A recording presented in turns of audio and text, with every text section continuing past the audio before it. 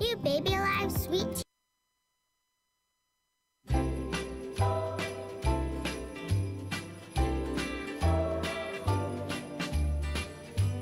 I love that song.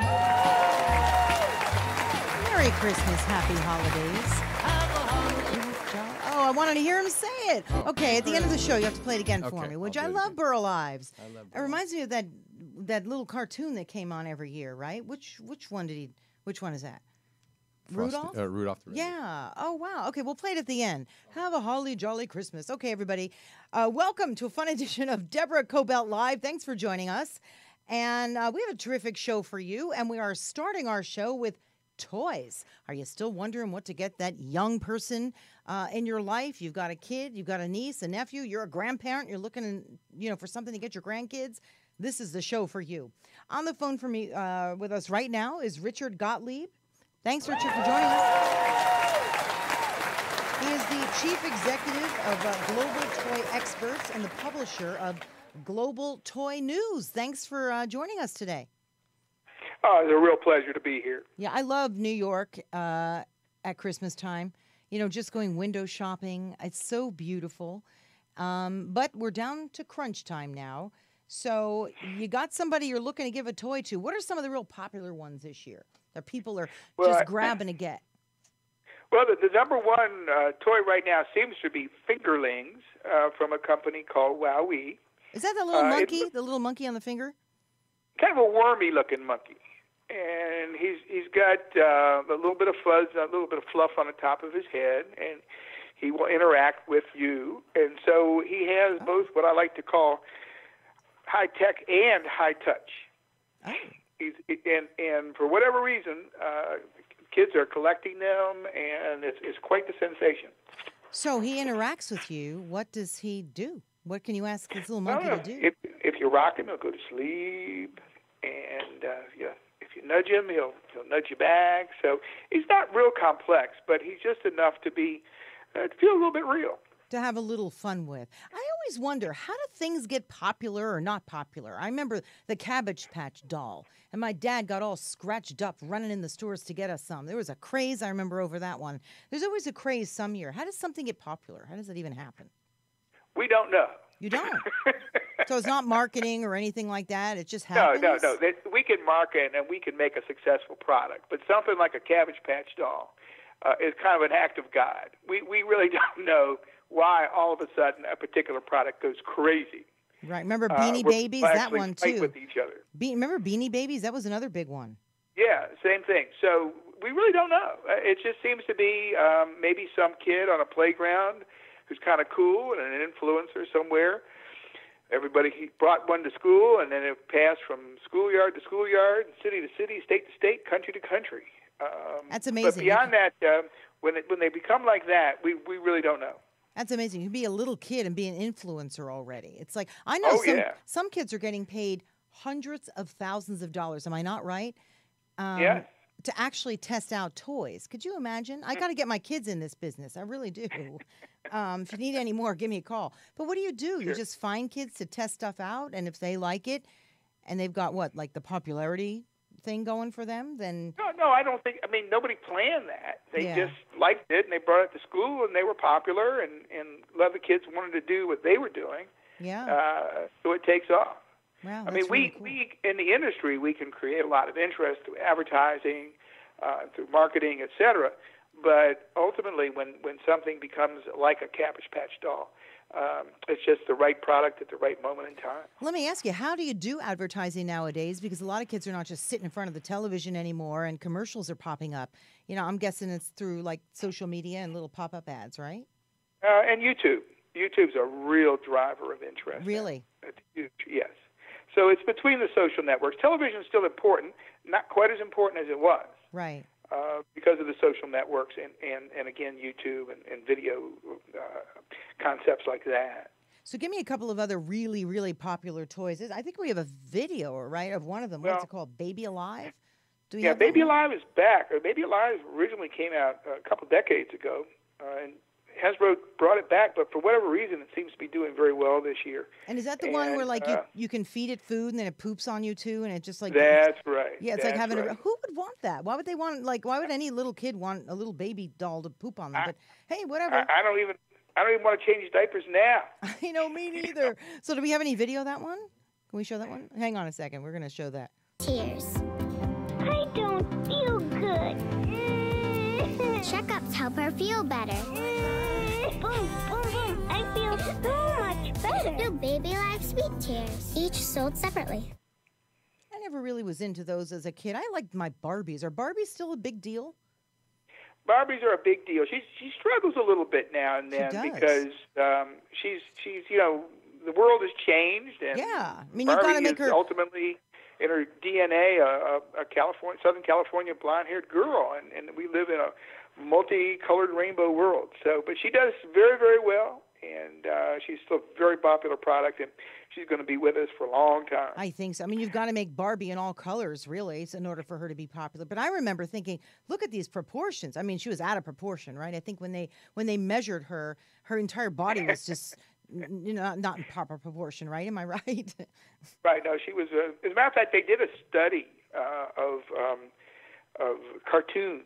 And they found that 90% of the bodies depicted in cartoons of females were impossible to achieve in real life.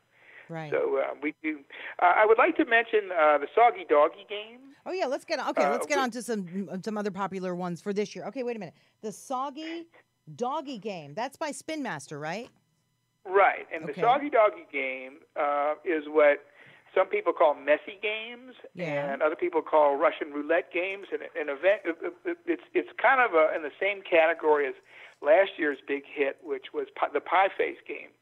And the idea is you sit around the game board, and there's a timer, and you do not want to be the one that gets hit with the pie in the face or with the Soggy Doggy shaking all the water off all over you. Okay, that sounds like a great game for my family. We would have so much fun. You know, I mean, that sounds kind of ageless, right? The Soggy Doggy game? Yeah, unless you don't want to get your hair wet. No, we're the kind of family where we would love to throw pies and get each other wet. That actually sounds like a lot of fun. Okay, I like that one too. Another one that's very popular is LOL Surprise. Yeah, dolls do we have a shot? Okay, there we go. We got a shot of all these. And they come in like little pods, and you really don't know what you're going to get until you open it. Oh, that's a cute surprise. I'm noticing that these surprise products like that and Hatchimals from last year are popular, and I have my own theory on that, and that is that I don't think kids are as surprised as much on Christmas morning or for their birthday anymore, because they see these products on YouTube being opened and played with, and they know what they're going to get. And I think ultimately a present and a toy is all about surprise. So I think that's one of the reasons these kind of products are successful. That is very true. I mean, everyone has their little lists, whether they're giving it to their parents or to Santa Claus, and there's not enough of an element of surprise. This year I actually want to surprise my kids with just little things that interest them. So you're right about that. We need to get that element of surprise back, and I like that. What about, how about the Nintendo Switch? Isn't that a popular one this year, if you can find it? Yeah, Nintendo Switch is a portable game player from Nintendo, and it's the most successful game console probably since the Wii came out, the Nintendo Wii. And it's been scarce all year long. It's been very hard to find. It's still very hard to find. They just cannot keep up with the demand. So that's very popular. I do have something, while we have a moment, I wanted to speak to grandparents out there who sometimes ask me what they feel, what they should get their grandchildren. And what I always like to tell them is, don't give the child what they want. You give them what you love. You give them whatever your enthusiasm is. So if you love collecting stamps, give them a stamp collection. That's smart. If you love puzzles, give them a puzzle. And the reason you should do that is for a couple reasons. One, if you have an enthusiasm, how wonderful to share it with your grandchild. It's true. The worst that'll happen is they'll have a wonderful memory of you. Best that happens, they share your enthusiasm. But let their parents get them what they want. That's not your job. Right, Grandma and You Grandpa give them what you love. get what you love. That's a great idea. I mean, my dad and mom used to do that. They love to cook and they love the opera, and they would present my three boys with something about cooking, and they would just kind of look at it and go, "Oh, thank you so much." But they have memories of it, so you're right about that. That's actually Right, true. right. So most people, before I let you go, most people are buying online these days, right? I mean, are the stores empty, or are people at least still lining up in the stores? No, the stores aren't empty, but it's really a wake-up call for all the bricks and mortar retailers. You know, before we used to go to the store, and if they were out of stock, well, that was just part of shopping. Now we go to the store, and if they're out of stock, we're kind of mad because all of a sudden that time we lost has been quantified because we can get it online. Mm-hmm. I don't like to order online. I'm always afraid my package is going to get lost. I really am, or they're going to leave it by the gate and then it won't show up. I actually still go to stores. I'm a little old school, but well, no, I mean, it's people. So no, people still go to this retail store. It's still very popular, but not as many people go, and it's a real challenge to bricks and mortar retailer. And so they have to make that shopping experience great, from having a great parking lot, right to making it very quick and easy for you to give them your money when you leave. It's in their court. Well, I hope you have a terrific holiday, Richard Gottlieb. I really appreciate you coming on and just, talking to us about some of the really popular toys for younger kids and Nintendo. Do everything I can to have a great holiday. Thank you. Thank you so much, and enjoy New York over Christmas. I will. Take care. Bye-bye now. I love the element of surprise at Christmas. I really, really do. I think it's wonderful. I like giving books. I give books very often. My family, they like to read, so yeah, that's good. In fact, that's a great segue for my next guest. Kathleen Sharp, are you on the phone? I sure am, Deborah. Hey. Kathleen, thanks for being here. Kathleen is an esteemed... I lost you? Pardon? Yes, I'm here. Can you hear me? Okay, great.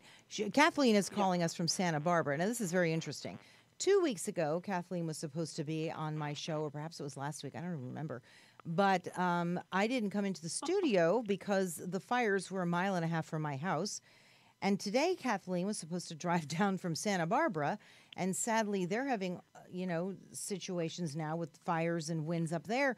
So she couldn't come to us. But we were determined to make this happen. So thank you so much for calling in. Oh, Deborah, it's my pleasure. Yeah, and we are troopers, aren't we? Yeah, we really are. We're going to make something happen. But you wrote an incredible book, which is, I think, a great thing for anyone who's interested in Hollywood for Christmas or Hanukkah. It's really a terrific gift. Mr. and Mrs. Hollywood, Edie and Lou Wasserman and Their Entertainment Empire. And I have a lot of questions about this book. It's a fantastic read. It's very well researched, very smart. But a little bit about you first. You're an award-winning journalist. You worked with the, let me see, I've got my little notes here. With you covered the West for the Boston Globe. You've worked for the LA Times, the New York Times. You wrote for the Smithsonian, Playboy. You've written 4 books, and one of them is being turned into a documentary. Is that correct? The Last Mogul? Actually, we turned this particular book that you and I are talking about into a documentary that you can get on Netflix called The Last Mogul, and I'm working on turning another one of my books into a feature film. So we're having fun with Hollywood. That's unbelievable. The New York Times called The Last Mogul elegant and classy. And again, where can people get that? You can get The Last Mogul, the DVD, at any store via Amazon, or you can either rent it on Netflix. It's a great... Yeah, you can just download it from Netflix. I mean, that's great. That's great. But tell me a little bit about why you decided to write this book. Why did you write the story of Edie and Lou Wasserman, which I guess starts in the 1930s, pretty much with the origin of film, correct? That's right, yeah, or even back in the Prohibition. But I decided to write this because at the time, in the late 90s, Universal Studios, which Lou Wasserman built for 50 years, was being sold to a Japanese company, and I thought, oh my gosh, there's the secret history of Hollywood, and no one's really written it. So it was only later when I realized why no one had never written about Lou Wasserman, and it was because he didn't give interviews. But, after about 400 interviews of some of his dear friends like Nancy Reagan and Steven Spielberg. I finally got him to sit down with me, and boy, did we have a great time. Wow. How long were you with him, compiling notes and stories? Because that's something to get him to sit down and do that. Yes, it was. And the only reason I think he did sit down with me is because he realized that I knew as much about him as probably he did. So he was going to learn something too. But he sat with me for a few hours about a year before he passed on, and we met in that iconic black tower, on Universal Studio lot. You can see it from the 101 freeway, and it was really quite thrilling to be with sort of the godfather of Hollywood, the man who from 1935 or so had, represented Betty Davis, Joan Crawford, Jimmy Crawford, Gregory Peck, some of the great stars, and then over time had gotten into television and then built Universal Studios, from a poor boy in Cleveland who was working at a movie theater. He became one of the biggest moguls internationally that we've ever had. How did that happen when he came here to Hollywood? I mean, what is it that he did and he saw that that made him what he was? Well, first of all, Lou, like his very politically savvy wife, Edie, had a hunger. Lou had grown up dirt poor in England or in Cleveland, and he was determined never ever to, meet that sort of ending ever again. So when he came out here, he was already not quite a groupie, but he absolutely loved show business. He loved music and dancing and the entertainers and film. And coming out to Hollywood at that time, there were mostly very loud kind of show barkers or circus barkers who were the agents. They wore very loud clothes, they yelled, they smoked cigars, and Lou was a very buttoned-down, white shirt, black tie kind of guy, very professional, very ruthless underneath all that shine and shimmer. But he sort of differentiated himself from all the other agents who were doing deals in town. How was that? Because he was, buttoned up and he presented himself as a real professional, you're saying? Well, that was part of it. Another part was that in L.A. there were a lot of mobsters in the 30s, crooked noses, as the guys used to call them. And crooked Lou noses came in as sort of a clean... Crooked noses. That's what a lot of the guys who were in the mob that I interviewed in Las Vegas referred to themselves as. In other words, they'd gotten in a few fist fights. I like that. Yeah. What a bygone era. I mean, it's kind of interesting. We look back at this and say, oh, how exotic. But the truth is, I mean, a lot of this was run by mobsters and guys that were kind of unscrupulous, But all right, so carry on. Let me have you continue with your story. Well, and the other thing is that Lou was very close to Jules Stein. That was his boss. And Jules was the money man. He could tell you how to save money on your taxes, what kind of property you should buy. Sometimes he would even give some of his clients, like Bob Hope, a special property and that already had the tax breaks in there. So these men were very cunning in the way of money, and that had really never happened in Hollywood before. I mean, and I guess a more. Go ahead. But I guess they must have really known what the public wanted to see, right? I mean, how is it that they went out and picked their star and starlet back in that day? Was there a parade of men? Hang on a minute. Was there like savvy. Was there like a parade of men and women that were just sort of, lining up the way they do today? Although today now, actually, so much of it is online. You submit your stuff. But, even just 5-10 years ago, you'd show up at the studio, you'd line up, you'd do your audition, and out you went. Was it like that then? I mean, how did they know what the public would want since this was really such a new business? Well, what they did is they had a lot of money from the music business during Prohibition, and so they bought up a lot of small agencies that had some of the stars or the up-and-comers. And in the 30s, of course, Hollywood was just booming.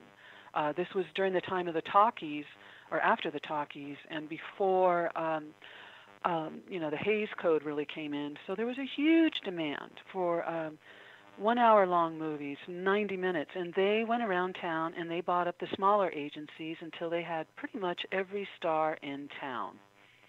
So, who were some of the big stars? I know that Lou liked the ladies, and he was very discreet about it as well. But he ran his business with his very astute, politically savvy wife, Edie. How did they work together and play together, these two? Well, Lou didn't play much, but Edie played a lot. So that was great because while he was working the boardroom, Edie was sort of working the bedroom. She was quite Wait a the minute. dancer. Whose bedroom? Whose bedroom was she working? Oh, her girlfriends, her own. Back in those days, there was a lot of promiscuity, and the women were just as sexually aggressive as some of the men, unlike today. And Edie had power that she used. She went out, for example, to the Copacabana in New York with some of her girlfriends because she heard there was a really hot act there. Well, it turns out that hot showbiz act was Dean Martin and Jerry Lewis. Right, she founded them, isn't that correct? Yeah. Yeah, so she pretty much discovered them, brought them to her husband's agency, and did that with about 20 other young men who she wined and dined and flirted with and danced. And one guy, at least one guy, Errol Flynn, she had an affair with. So, she loved to play, and so did the girls back in those days. I like that. Give me some stories about some of the actresses back then. Well, Betty Davis was a real handful, and that was one of the first women that Lou approached to be, to represent. And they had a thing, a one-night stand or whatever. But Betty became a real firecracker for Jack Warner, for example, partly because Lou encouraged her. He saw her incredible talent and her drive and her work ethic. And so there were several times when Betty refused to do movies that Jack wanted her to do because she thought they were beneath her. And once she even sued Warner Brothers for overworking her. Oh, really? And this was before, the advent of the Screen Actors Guild, where there were certain rules that, you had to only work them 5 days a week, a certain number of hours during the day. But back in the 30s and sometimes the 40s, these starlets and these actors were working 7 days a week. And right, because they had their own sort. Go ahead, I'm sorry. No, that's all right. Because they worked on the soundstage, right? I mean, they worked in the studios on a soundstage. And back then, didn't the studio, you were under a contract with the particular studio, right? That's right, and you had to do a movie whether you wanted to or not. If it was a B movie, it was just a walk-on role. And for a lot of these stars, they had gone way beyond that, and they didn't want to do that. So Lou, as their agent, grew savvy enough to negotiate with all the moguls, whether it was Jack Warner or Daryl Zanuck, Balaban over at Paramount, and he was a tough cookie, and he would make sure that not only these studios would respect the talent that Lou represented, they would pay very, very dearly for the privilege of having them in their movies, and they did. Let's talk a little bit about the casting couch and the origin, if you will, of the casting couch. Because there was a lot of passing around of women going on back then. So many of them were legendary for what they've done, what they did then as they are today. But tell me a little bit about that, because was Lou involved in that as well as Edie? I suppose Edie knew about it, but didn't speak much of it. I mean, tell me a little bit about what the whole vibe was then. Well, here's one of the big secrets about the casting couch. It didn't exist really during the silent film days. That's the time when women were running a lot of the studios. They were the queen, for example, of Universal. Some of the hot directors, some of the top paid screenwriters worked on the silent films, and they were producing something like 100 films a year, one screenwriter Wow. or one director. Hey, hang on a minute. Yeah. When did that change? I mean, boy, how things have changed. Yeah, indeed, yes. Well, here's what happened. In the, 1929, the advent of talkies came, and with it came the Wall Street money man. And because you had new equipment, very expensive equipment, a whole lot of money, Wall Street demanded, or actually just sort of this subtle sexism that only men could really direct, handle a film, and write. And that's when it slowly started to change. And it was the men and in Wall Street? Wow, who made this determination? Wow. Yeah, they didn't want to entrust a $2 million movie, which doesn't seem much to us right now, but at that time it was huge. They didn't want to entrust a very expensive movie to a woman. And it was a very subtle sort of sexism that happened, but it happened. And so what you have is more and more the men are calling the shots. And of course, the 7 big studios were run by men. And that's when you have the advent of the casting couch, when guys like Harry Warner or Daryl Zanuck or Harry Cohen would use the advantage they had over beautiful women, saying, oh, if you star in this film, if you sleep with me, I'll let you have the lead in this film. If you, become my girlfriend, a mistress here on the side, I will make sure that you get your own production company. Were they really blatant about? They probably were pretty blatant about it, weren't they? I mean, it's pretty obvious, right? Suddenly you go from being a B, level actor and actress, and suddenly you're the star. You've got a starring role. So, I mean, you often wonder, what do? You say no to it? Do you expose it? I mean, it was back in the day, they were probably petrified to say anything. Only now, 80 years later, or 100 years later, are people finally feeling comfortable enough to come out and say anything. And don't you really feel like there's going to be such a change moving forward? Because people just can't. Go ahead.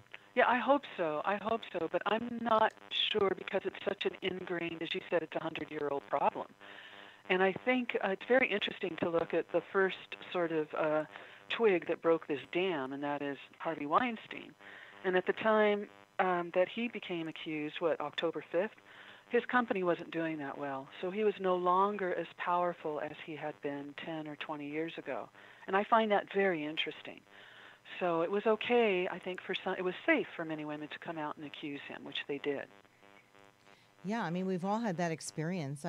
God knows I've had that experience a couple times, and I've still never said anything. And a part of me, every time someone else comes out, I want to get the courage to do it, but even I don't have the courage to speak out. And I really applaud all the women now who are coming out and speaking, because they're going to make it easier for everybody else, and certainly younger women getting into the business. And I feel like, in a way, we have a responsibility to those people. I really do.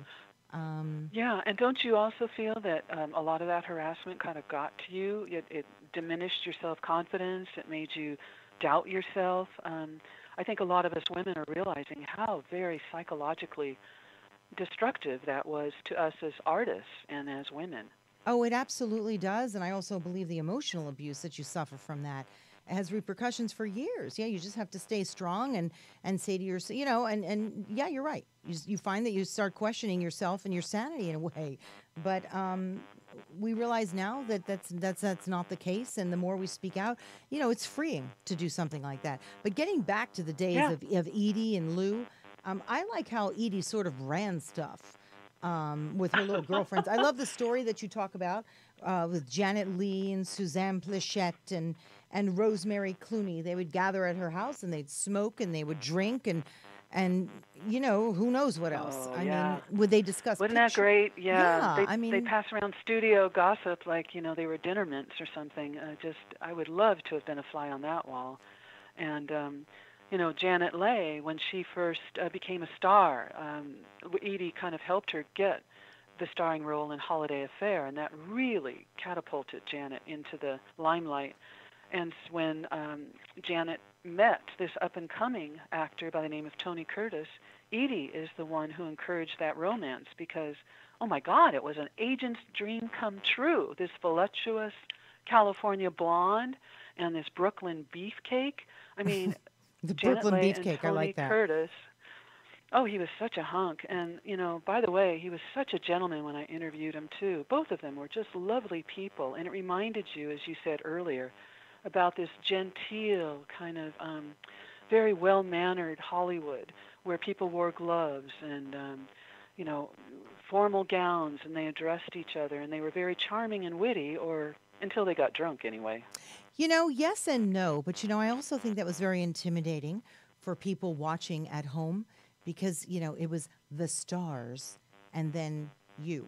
Do you know what I mean? I feel like in a way that's why it had to all break down over the 60s and 70s and 80s, and it's kind of like we started to look a little more like them and they look a little more like us. Do you see do you know what I'm trying to get at? Yes, that's a very perceptive insight there. Yes. And also the studio system broke down. You no longer had these 7 men with a headlock on how movies were made. The government came in and shut down some of the studios who were having a direct pipeline to theaters and said, you can't do that. That's monopolistic. And they also broke up Edie and Lou's talent agency by claiming they too were a huge monopoly. So that kind of triggered, and of course the social change that you just hit on, that triggered a huge sea change in the movie industry.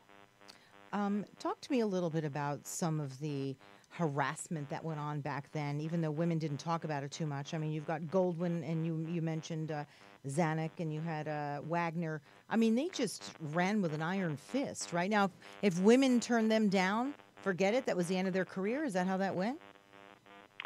Pretty much back in those days. Or if the young starlet turned them down, they never even got a career.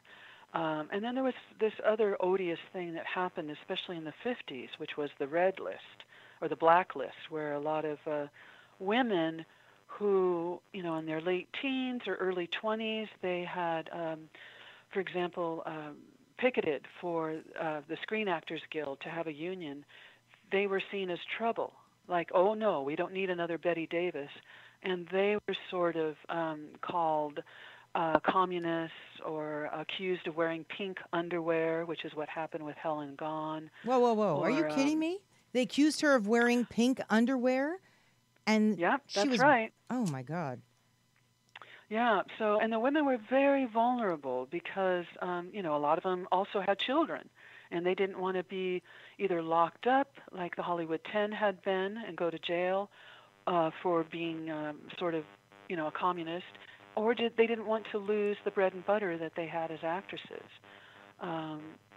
So that really is something I'd like to explore in another book at some point, is how women and their children sort of fared during that time. But women were very vulnerable, and some of them knew how to use their sexuality to get what they wanted, as we were talking about, and some of them, it would just devastate them to go that route. So tell me a little bit also about how Lou, also shaped politics. He supported financially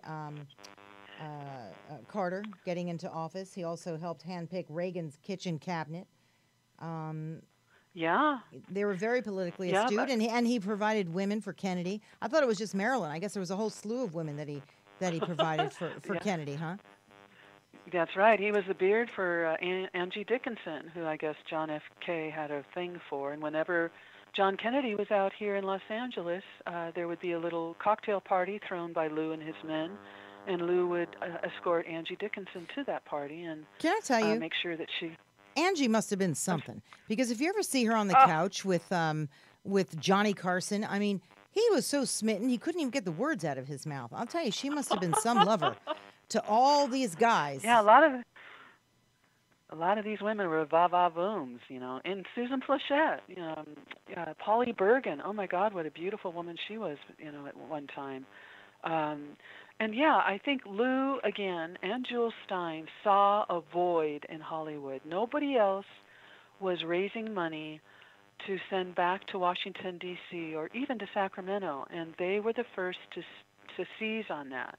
And one of Lou's long-time clients was Robert Montgomery, who became a consultant for Dwight Eisenhower, who did not know how to speak on TV at all. So Robert had a little bedroom right off the Oval Office, and whenever Dwight Eisenhower was prepared to go on and address the American people on television, Robert would advise them on how best to dress, how to use his hands. They'd rehearse the speech. They'd emphasize certain words until, bammo, lights went on, and Dwight Eisenhower became very effective as a speaker to the rest of the nation. Well, the first time so we it's saw very interesting. Go ahead. It's just very interesting, all these little ways that it started. And, of course, one of Lou's clients at the time was Ronald Reagan in the 1960s. And Ronald dearly wanted to become Gary Cooper, but he just couldn't land those movie roles. So what Lou did for him was get him a wonderful TV gig called General Electric Theater. And that's where Ronald Reagan became a very familiar, avuncular sort of presence in millions of living rooms of America across the country. And if it wasn't for GE Theater, General Electric, I don't think that Ronald Reagan would have had such a huge popular support for when he ran for governor of California and then later when he became president of the United States. Very, very interesting. So tell me a little bit more about their relationship, Edie and Lou.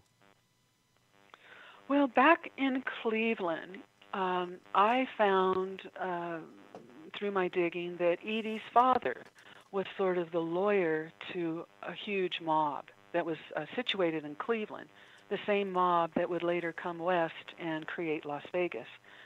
And her dad was very wealthy, and Lou was the bouncer, as if you will, at a Mayfair casino, which was an illegal casino run by the mob at the time. So when those two people, very tall, handsome Lou and kind of short, bubbly Edie met, it was love at first sight, at least for Edie. And Lou saw an opportunity, too, to sort of, once he fell in love with her, to get out of this trap of poverty. And they eloped. Edie's parents did not want her to marry Lou, who was from the wrong side of the tracks, but they were both headstrong people, and their marriage lasted for almost 70 years, if you can believe that. That's incredible. But what they both shared is a love of entertainment. Edie was almost a groupie with big band leaders and later with leading men. And Lou was smitten by some of the most beautiful stars that ever graced the big screen. So they shared a lot of interest that way. Tell me a little bit about what it was like for you interviewing him. What was he like? You said it was just incredible the first time that you showed up at the studio and met with him, but what was he like? Was he very charismatic? Well, he was, initially he was very suspicious. He didn't like reporters. He thought that the spotlight can ruin your suit when you're an agent. That spotlight is meant for the stars. And he'd always kind of kept himself out of the press. But so he was stern, and I actually saw that he had a little kitchen timer in the background. I had 45 minutes, and that was it. So that was very intimidating Wait a minute. for me. But how many times did you meet with him? You only got to meet with him for 45 minutes? Well, you had to be quick. The dinger timed, or the timer dinged, and I was staying there, and we went back and back several times. So, just the first meeting, I think he purposely tried to put me on edge to see what I was made of. So, oh, really? Go ahead. How different? Yeah, it's obviously so different for people who are trying to get into the business now, as opposed to, I'm going to talk women in particular, as opposed to getting in the business then. How did women even, how did they even get noticed then? Were they handpicked? I mean, it just seemed so, the stars back then seemed so huge, they just, because they were made by the studios. How did they do that? Well, you have to remember that back then, the only form of entertainment was radio and the cinema. It's not like today where we have, dozens and dozens of opportunities to watch or to be entertained. So that was one key thing. But yeah, you're right. Back in the day, you could see a girl at the soda counter and think, wow, she's beautiful. Look at those, beautiful lips, beautiful eyes. I'm going to sign her to a contract. And bammo, she became a huge star like Lana Turner, which, that happened a lot. And now I think you definitely need an agent. You need a powerful agent to get you in that door. I mean, there's so many people. Celebrity sort of that whole idea runs our country, celebrity and money, and it wasn't like that back in the 30s, the 40s, or even the 50s. What was your big takeaway? Like the reason why you wanted to write this is just to sort of show people the glamour and just, the story behind, how these two people, this love affair between these two people, how Edie and Lou were actually at the helm back then, and a man and a woman ran something, correct? Right, and we don't have a lot of, bios of the women behind the power and the throne. And I think I was one of the first ones to really look at Hollywood in that way, not just look at the man or the mogul, but his helpmate, his partner, because if she had been born 25 years later, I'm sure that Edie would have been the CEO of a powerful company, maybe a Fortune 100. But what I learned is how powerful and influential Hollywood is in our world.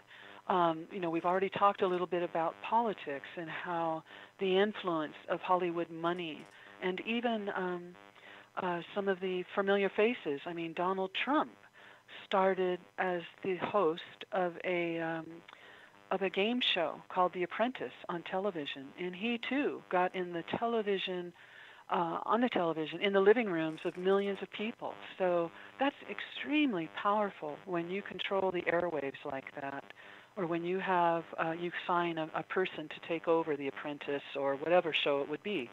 So that was one big thing. I was astounded at how much power Hollywood has, not just culturally, but politically, economically, and internationally. Right now, something like 50% of box office receipts come from outside the United States. So it's no longer an American homegrown studio. And we're so glamorized here. I mean, it's just unbelievable. What can women, before I let you go, what can women learn from the way Edie ran the studios? I mean, how do you think things are now going to be changing after all that's gone on in recent months? When you study how Edie ran things, how the stars back then leveraged themselves to sort of be a little more in charge, how do you think things may change? Or what? Well, I think there's a huge wake-up call to a lot of the studios and the networks to hire more women in decision-making positions. We have a few, but not enough. Mm-hmm. Sheila Nevins is leaving HBO, where for 40 years almost she reigned supreme and lifted, that cable company HBO into a powerhouse of incredible Emmy Award-winning shows, a lot of them that featured women's stories. So I think, it's up to the corporate Hollywood to start hiring more and more women in decision-making places. Also, there's a real concerted effort, as well as a lawsuit going on right now, in which these studios have to start hiring many more female screenwriters. I think there's only 4% right now working, or there were last year. 4%? A lot more. Wait a minute. 4% of the top 100 movies were written by females. That's unbelievable. That's insulting, I have to tell you. Well, women have to get out there and we have to hire each other. We really do. We've got to stick together. That's 4%. I had no idea it was that low. No wonder why half the stuff I look at. No wonder. No, seriously. No. I look at half of it and I go, That makes you mad, doesn't it? Yeah, it makes me pissed off. I look at it and I say, I can't relate to this story. Now I know why. Only 4% of us are writing this stuff. Well, I have to tell you. Right, even though 52% of us are watching it. So we overwhelmingly are the big audience of Hollywood. So yeah, and I have another one, too. Hollywood needs to transcend over all age groups. It's not just people who are 18 to 25. We're out there, too, all of us that are over 35, let's just put it that way, who want to watch some great programming. I mean, so I think that's sort of next. A little bit of age discrimination, there should be more programming for everyone, right? Don't you think so? Right, and how about Patty Jenkins, the director of Wonder Woman? I mean, she proved Phenomenal. That a female-driven story can be a huge blockbuster hit. So I'm come so on, proud guys. So proud of that. That's right, absolutely. Yeah. Well, I have to tell you, I've really enjoyed talking to you, and I've enjoyed really researching this book. It was very, very interesting. So people can get a copy of it, and they can watch this the documentary that was named from on Netflix, correct? Right. And the book just came out in paperback, so we're so excited about that, and I love your show, and I'm sure your audience is just as charming as you are, Deborah. Oh, thank you so much, Kathleen. I'm just glad this worked out. But they can order your book over on Amazon, correct? Is that the best place? Yep. They Okay. can. Well, that's one of the places. They can go to their local stores, which are sort of, any bookstore in town in L.A. or some of your big bookstores should have it, and if not, they'll order it. So I always love to support our local bookstores. So do I. Too many of the smaller ones are going out, and the larger ones like Barnes & Noble, little by little, there's less of them. Absolutely. Besides, you can get more than books. You can get little gifts there. There's so much to get in the bookstore. It's just a fun little destination. Get out of your house, walk or drive somewhere, go to a bookstore and buy Mr. and Mrs. Hollywood, Edie and Lou Wasserman, and their entertainment empire, among others. Anyway, thanks so much, Kathleen, for being here. I appreciate it. Oh, thank you Have a so great much, holiday. Deborah. What a real pleasure. Have a great holiday. Bye-bye. Well, what a fascinating story, I have to tell you.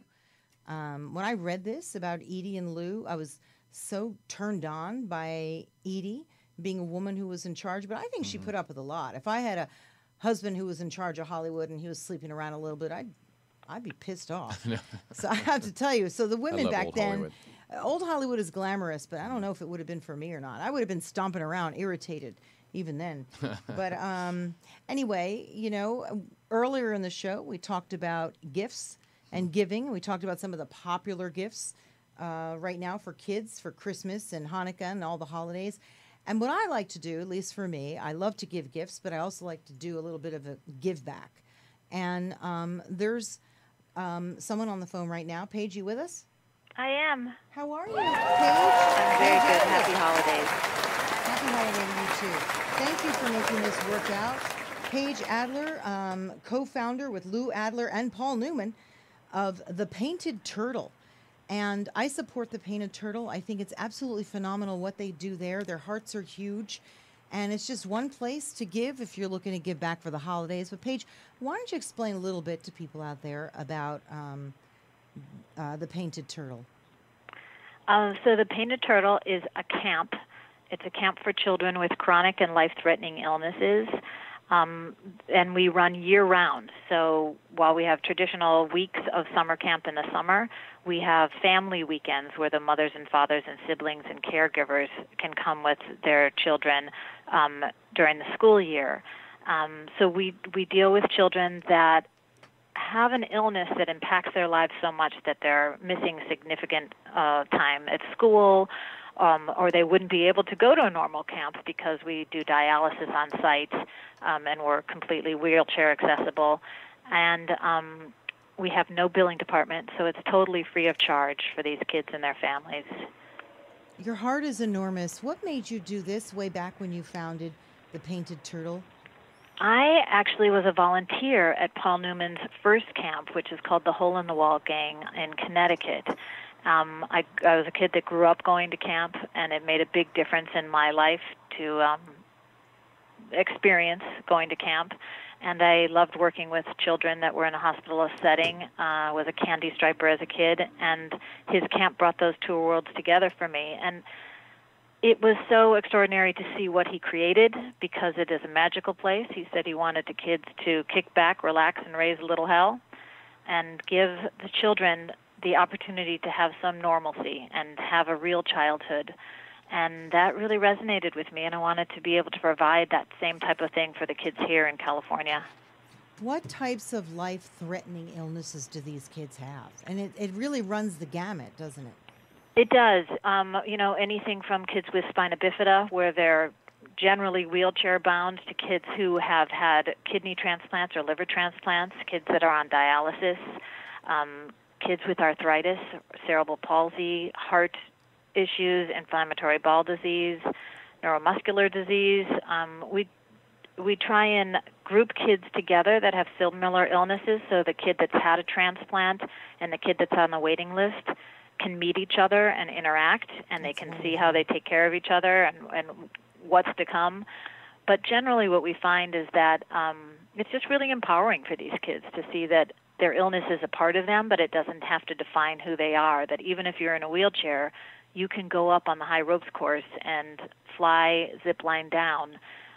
It changes the way the doctors look at them, their parents look at them, and I think they look at themselves. It's such a wonderful place. I've been there. How many acres do you have there at the camp? It is 159 acres with a 23-acre lake. So we have horses and boating and fishing and archery and arts and crafts and wood shop and anything that a traditional camp has. But we never have to say to a child that can't walk or that has different kind of physical limitations, the wheelchair entrance is around the back to the right. The pool is a ramped entrance, so you can just roll right in or walk right in or crawl right in. Everything is accessible and made for success for these kids. My heart goes out because for those of us who have healthy children, when you go there and you see these kids with these life-threatening diseases, they're happy. You've made them so happy, and you've made their lives, really, and their families, too. The looks on the faces of the moms and dads. I mean, you've done such great work, and just so everyone knows, you're actually going to be in studio with us. I think we decided on January 24th because you've got quite a story behind this. But, in the meantime, I just wanted to highlight you and just put a face on the Painted Turtle. So if people are looking to give and to donate this season, take a look at the Painted Turtle because what you're doing there makes so many people, it's just bringing them life.